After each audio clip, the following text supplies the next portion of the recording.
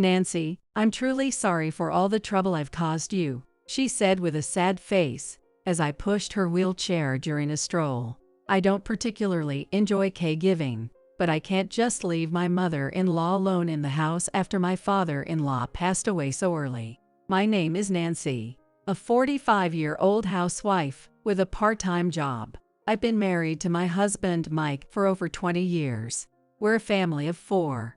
Our eldest son is in college, and our younger son is in high school. But now, it's become a family of 5. Half a year ago, my mother-in-law fractured her leg, which healed poorly, and she was certified as recurring nursing care then. Since we couldn't leave her to live alone, she moved in with us. 5 years ago, we built our house with barrier-free design, keeping our old age in mind. Initially, the kids were reluctant, but after living together, they've grown fond of their grandmother. They don't spend much time at home anyway. So far, the only issue was that my mother-in-law mended my eldest son's ripped jeans without asking.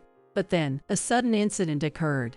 One late night, my husband came home drunk and confronted me. "Hey, where are my clothes? They're not folded," he barked. I realized I had forgotten to fold his laundry because I had been accompanying my mill to the hospital. "Sorry, I was at the hospital with your mom and forgot," I explained. Suddenly, he erupted in anger. "You're a housewife, right? Can't you do at least that much? Who do you think is making your life like this?" he yelled. "Don't put it that way. You never once accompanied your mom to the hospital. Whose parent is she anyway?" I retorted. "Ha, you came into my family. That's the eldest daughter-in-law's job," he argued. I was furious too, but arguing further seemed meaningless. I threw his clothes at him and left the room. The next morning, as I prepared breakfast as usual, he woke up, dressed without a word, and left. "Wait," I called, but it was too late. The sound of the front door closing echoed through the house. Returning to the living room, my mill looked at me with worry. "Good morning. Sorry, there was some trouble last night." I trailed off. She mentioned hearing our voices. "That boy, why did he turn out like this?" she wondered. Indeed, my husband was more relaxed when we got married, and he hardly ever got angry. He never used to get drunk or speak to me like that. As I remember, he changed when our kids were in elementary and middle school. His colleagues were getting promotions, but he was left behind. The more he struggled, the worse things got. We've been living off his salary, and our kids have grown up. But lately, he's rarely at home on weekdays, and spends weekends either sleeping or out. He used to help with housework and child care. I suggested he change jobs once, but he snapped at me for the first time then. Since then, our relationship has deteriorated. We're not exactly a zombie marriage, but we no longer go out or do anything together. I'd be lying if I said I didn't feel lonely, but now my mill is my companion, and I'm busy with hospital visits. I hardly think about my husband. In a way, living with my mill turned out to be good. That day, my husband didn't come home. He's returned late before, but it was the first time he didn't return at all. I tried contacting him, but he just asked to be left alone. My mill sighed. "That foolish son of mine. What's wrong with him? Will he come back soon, I wonder?" I mused, deciding to follow his request. I won't prepare his meals anymore. As the weekend arrived, my mill and I were watching TV in the living room when we heard the front door opening. We exchanged glances and looked towards the entrance. There stood my husband, looking displeased. "You're finally back. Apologize to Nancy," my mill instructed. Without a word, he placed something on the table. "Sign this," he said. It was a divorce application. "What?" I exclaimed in shock. "I will not come back. I'm going to her place." "What?" I was so taken aback. I repeated the same incredulous reaction. He must think I'd never go through with a divorce. Looking down on me, I remembered a time he jokingly said I'd be in trouble if we divorced, since I only work part-time. My mill began to fret. "Are you saying you're divorcing and leaving? What about your mother?" Mike sneered. Caring for the elderly is the duty of the eldest son's wife. Wait, so Mill stays here, even if we divorce? That's right. You're the eldest son's wife, so it's your responsibility. I'll leave the house to you. His condescending tone was infuriating. Mike, what are you saying? If you divorce Nancy, she won't be your wife, so why would she live with me? My Mill was angry too, but my husband started spouting nonsensical logic. You got married to the eldest son, me. It's a wife's duty to care for the parents. You can't just abandon that duty because of divorce. What he said made no sense to anyone else, and all I could do was sigh. My Mill shared my sentiment. Sighing and looking at me, we exchanged a nod, and then, to everyone's surprise, she stood up from her wheelchair. All right, let's get started. My husband was speechless, his eyes wide with shock. I called our sons, who are sports-oriented. They rushed into the living room. Grandma, I knew today was the day.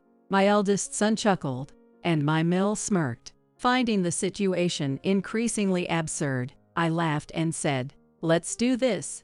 The boys scattered throughout the living room and bedroom, starting to move out my husband's belongings. My Mill, who defied belief by walking normally, helped carry out smaller items. I started filling out the divorce papers. My husband's belongings were neatly lined up in the hallway. With the paperwork complete, I turned to my husband, who looked bewildered.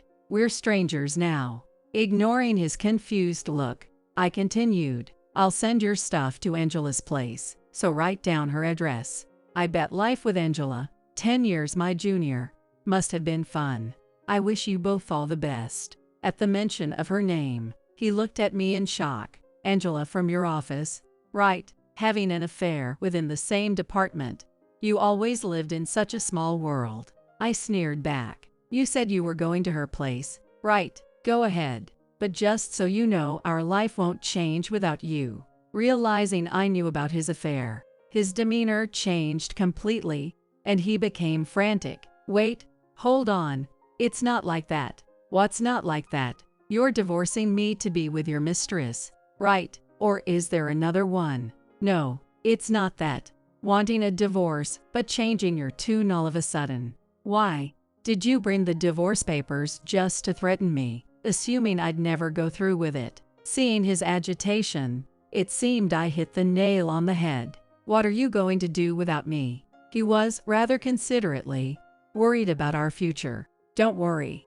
We'll manage financially. As he stammered in confusion, my eldest son lost patience. Where do we send this stuff? Write down the address here. Reluctantly, my husband wrote down the mistress's address.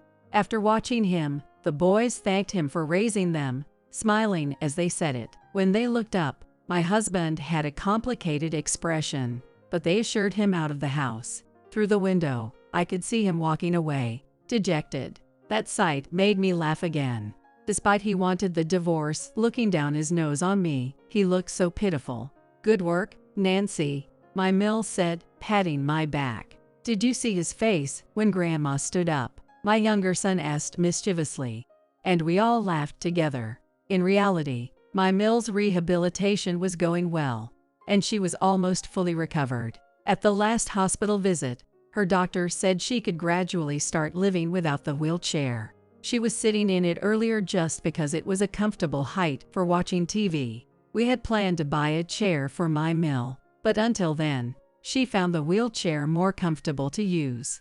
We had anticipated my husband's actions and agreed beforehand that if he talked about divorce or leaving, we would pack his belongings and kick him out together. My sons used to like their father, but he changed and barely responded to them or listened to their concerns. They appreciated his financial support, but didn't want to rely on him anymore, earning their own allowances through part-time jobs. The rift between my husband and me deepened over the years, reaching a point of no return. My Mill always felt guilty for needing my care, but since I cut back on my part-time work, I considered it fair compensation. She had sold her large, empty house, which brought in a significant sum of money. She assured me that if we divorced, we could live off that money. My husband thought his sudden divorce declaration would throw us into chaos, but in the end, he was the one who got played. Afterwards, I filed for property division and alimony, and the homeownership was transferred to me. I had been gathering evidence of his infidelity for years and was ready to confront him with it, but he admitted to it immediately, sparing us a lengthy dispute. I also claimed alimony from his mistress, which she paid in full.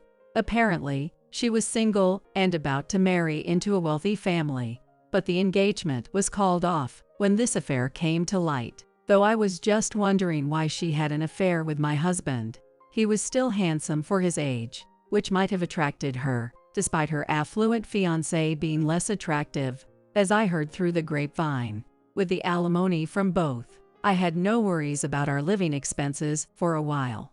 3 months after the divorce, my ex-husband showed up at our house. "What do you want now?" I asked through the intercom, only to find out it was a plea for reconciliation. My mill, now able to walk normally, headed to the door, surprising my ex-husband. "Why are you here, Mom?" "Right now, Nancy is my business partner. This place is our workplace." Business partner. He was full of surprises, but my mill didn't elaborate. "Don't call me Mom anymore. It was Nancy who suggested we live together and took care of me. Mike, you did nothing. So please, don't call yourself my son." I went to the door, ready to say my piece for the last time. "I appreciate you providing financially, but you never did housework, barely came home, and then cheated. Why would I want to start over with someone like that? We're strangers now. If you want to see the boys, contact them directly, though I doubt they'll want to see you."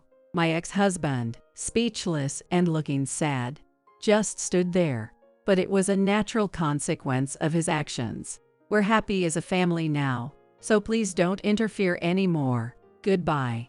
I closed the door, and he walked away dejectedly. Since becoming wheelchair-bound, my mill hadn't gone out much and took up sewing, her specialty. She made high-quality aprons and hats for me. I shared them online and received a great response. I started selling her creations, learning along the way. My mill now lives in a nearby apartment but uses a room in our house as her workshop. She's here most of the week for work and meetings, so it feels natural.